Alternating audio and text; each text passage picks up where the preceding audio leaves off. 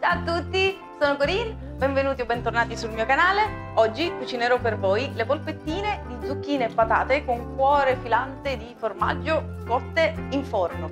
Colgo l'occasione per ringraziarvi tutti voi che vi siete iscritti sul canale, chi ha condiviso la pagina, lasciato un like, lasciato commenti e anche delle ricette che vorrebbero che io riproponessi, e grazie, una l'ho già preparata, la vedrete nei prossimi video. Grazie ancora, e un altro feedback è quello di farmi vedere di più, e quindi oggi ho presentato la ricetta così da me. Fatemi sapere anche questo nei commenti, se preferite che la ricetta la presenti io così o con l'audio come è stato finora.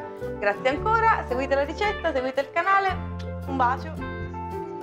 Come vi ho anticipato prima, la ricetta di oggi è polpettine con patate e zucchine cotte in forno. Cominciamo mettendo le patate a bollire per circa 45 minuti perché dovranno raffreddarsi, e mentre le patate si raffreddano voi potete iscrivervi al canale, lasciare un like se il video vi è piaciuto, lasciare un commento con dei suggerimenti e seguirmi su tutti gli altri social. Le patate le schiacciamo quando sono ancora calde perché è meglio, e le facciamo raffreddare. Nel frattempo possiamo grattugiare le nostre zucchine e preparare il pane aromatizzato con il pan carré, il formaggio e la mentuccia.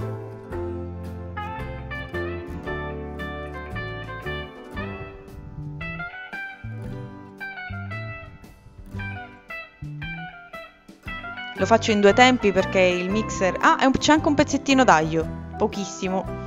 Lo faccio in due tempi perché il mixer è piccolino e non mi permette di frullare tutto il pane insieme.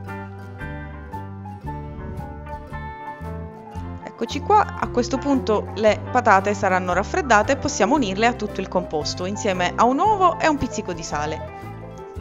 E cominciamo ad impastare come si fa con le polpettine. Se il composto dovesse risultare un po' morbido, possiamo aggiungere un pochino di pan grattato, come ho fatto io adesso.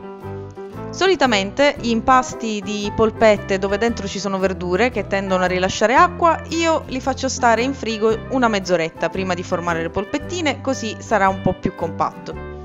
Dopo mezz'oretta in frigo, riprendo il composto, faccio così queste palline con un buchino al centro, richiudo la polpettina e la ripasso nel pan grattato e poi su carta forno con un filo d'olio. Così fino a finire tutto il composto. La cottura sarà in forno per circa 20 minuti a 170 gradi forno ventilato o 180 gradi forno statico, e non sarà necessario rigirarle. Ve ne accorgerete che il formaggio si comincerà a veder filare il formaggio sopra le polpettine. Queste sono pronte da infornare e questo è il risultato finale con questa crosticina dorata buonissima. La serviamo ovviamente con un'insalatina fresca e le facciamo assaggiare a Marco. Vi ricordo di nuovo di iscrivervi sul mio canale, di lasciare un like se il video vi è piaciuto, di lasciare dei commenti o dei suggerimenti, e grazie ancora per aver guardato la ricetta. Ciao e buon appetito!